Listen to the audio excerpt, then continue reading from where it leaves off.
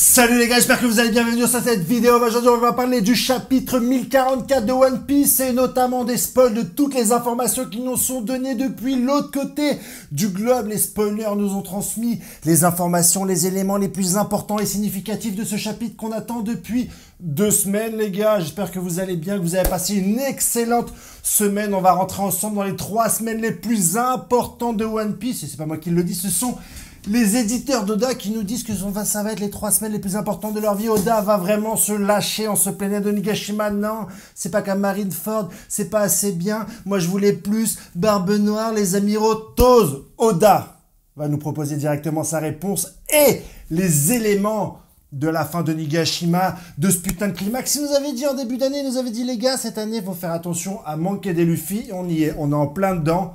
Le réveil de Luffy, Nika, Joy Boy.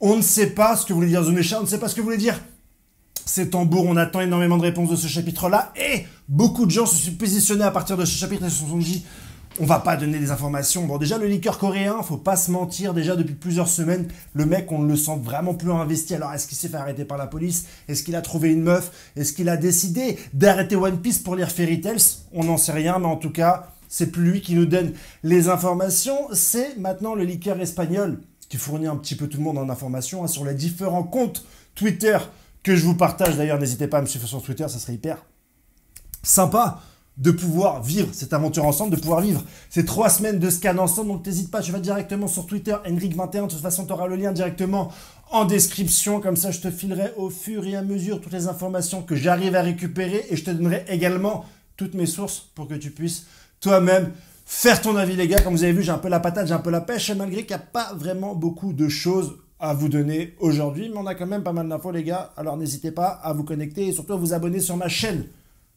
Les leakers, un petit peu partout dans le monde, vous conseille de ne pas lire les scans, de ne pas regarder cette vidéo, donc je t'en prie, si tu as le courage, ne regarde pas cette vidéo et attends dimanche 16 h pour lire directement sur Manga Plus et Glénat Manga Max ton chapitre et pouvoir directement le savourer tout en n'ayant aucune information sur ce qui va se passer. Sinon, c'est comme moi, t'es pressé, que tu kiffes un peu les scans, et bah reste, parce que je vais tout te dire.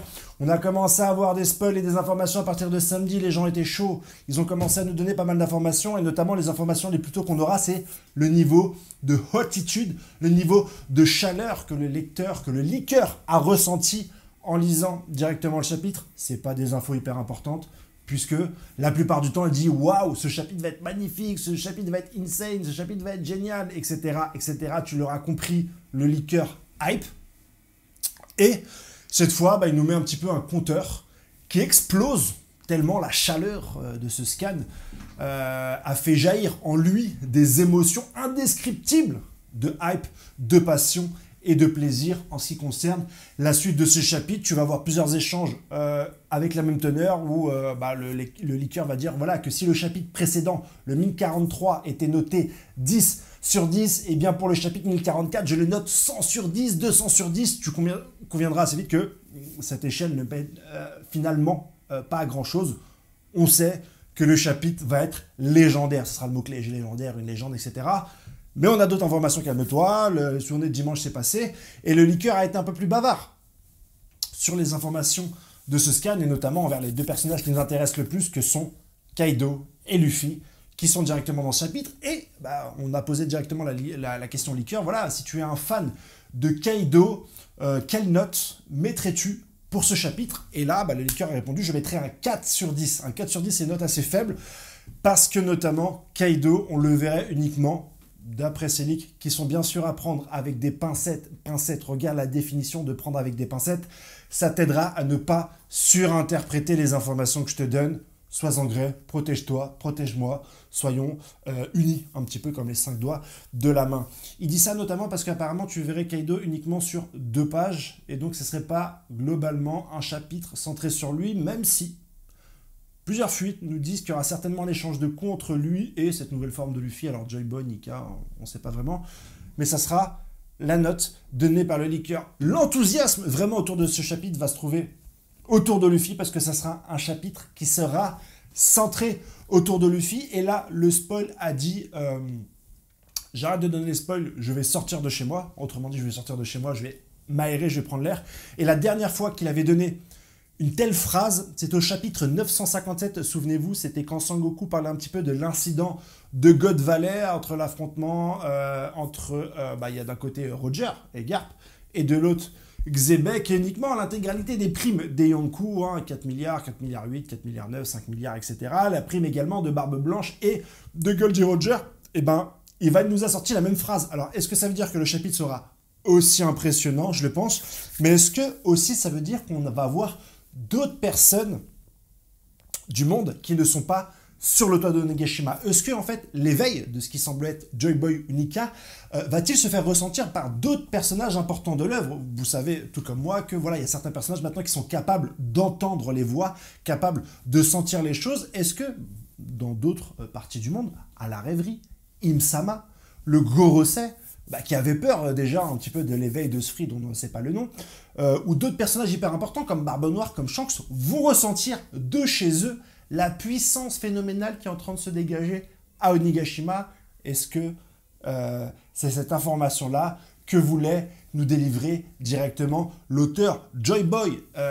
C'est pas juste une personne qui apparaît, c'est pas juste un esprit qui apparaît, c'est quand même un changement assez radical dans l'univers de One Piece, et peut-être que d'autres personnes peuvent le ressentir, peut-être qu'il y aura d'autres changements dans les fruits du démon, peut-être que tous les possesseurs des fruits du démon vont ressentir qu'il se passe quelque chose, que là, en ce moment, il y a un mec qui est en train de se pointer, un mec qui potentiellement est un petit peu le maître de ces fruits du démon, quelqu'un qui peut commander à n'importe qui a un fruit du démon.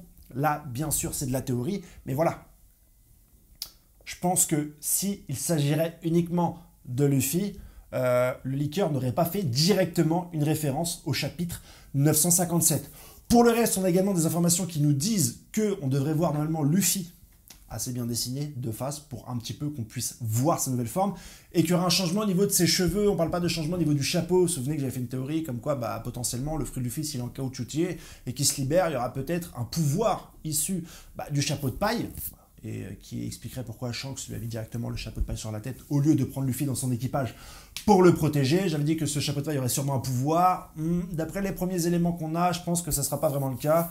Faut pas vraiment s'exciter sur cette théorie-là, malgré que pour moi, elle reste encore valable, mais on n'a pas d'informations là-dessus. À partir de là, on a eu également un nouvel élément concernant le titre du chapitre. Et le titre du chapitre, le leaker a essayé de nous faire passer des messages, mais il a très mal été compris par la communauté. C'est parti un petit peu en cacahuète. Il a fait une référence à Sanji sur le titre. Donc les fans de Sanji ont commencé à dire « Ouais, Sanji va faire un truc de ouf dans le chapitre ». Il n'en est rien. On n'a pas vraiment d'informations à ce niveau-là. On a essayé d'avoir quelques indices. Le leaker nous a donné quelques indices, mais finalement, quand il a vu que personne ne les avait compris, il a arrêté de donner des indices.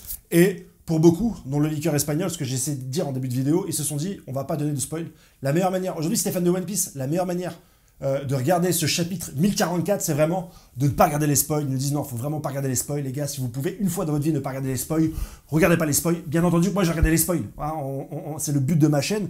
J'ai toujours fait ça. Un jour, je ferai une vidéo pour vous expliquer pourquoi je suis si attaché aux spoils. Et même avant Internet, il y avait un moyen de se spoiler. Quand tu étais en France et que tu lisais des mangas comme One Piece, tu pouvais te spoiler, mais je ferai toute une vidéo pour vous parler de ça. Et voilà, ça date pas d'Internet, ça date pas d'hier. Les spoils, ça date depuis plus de 20-30 ans. C'est aussi vieux qu'Internet, si tu veux.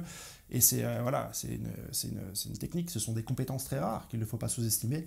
Bien sûr, on va vivre cette semaine ensemble, les gars. On va faire plein de vidéos. Dès que j'ai une nouvelle info, il y a une vidéo tous les soirs pour vous raconter un petit peu tout ce que j'ai glané comme information, tout ce que je peux vous transmettre. N'hésitez pas à vous abonner à cette chaîne, c'est super le nombre de vues qu'on est en train de faire en ce moment, les gars. On est en train d'abattre l'ennemi, c'est super cool.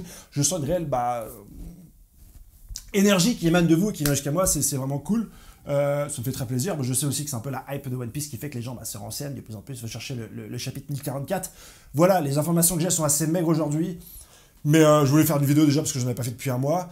Je voulais aussi faire une vidéo pour vous dire que j'ai fait une super théorie sur Shanks, les gars. N'hésitez pas à la regarder, je vous la mets directement ici. C'est une théorie qui me tient à cœur. Je me suis jamais fait autant insulter que dans cette théorie, mais soit. C'est le dur prix à payer du métier.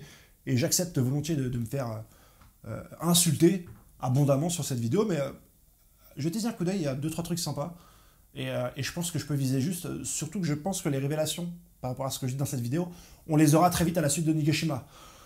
Ça va être fou les semaines à venir. Déjà la fin d'Onigashima, les 3 prochains chapitres, ensuite le reste du monde, la rêverie, les gars, ça va être un truc de gueudin, ça va partir dans tous les sens. Je vais essayer vraiment de faire des vidéos les plus quali possibles, mais je vais peut-être niquer ma télé. Donc prenez soin de vous, à demain, et ciao, bye bye.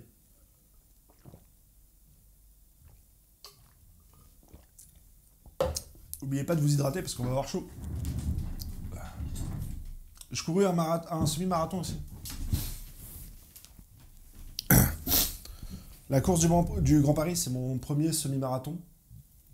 21 km, je suis très content de l'avoir fait. C'est un défi que je m'étais fixé ces 2 dernières semaines.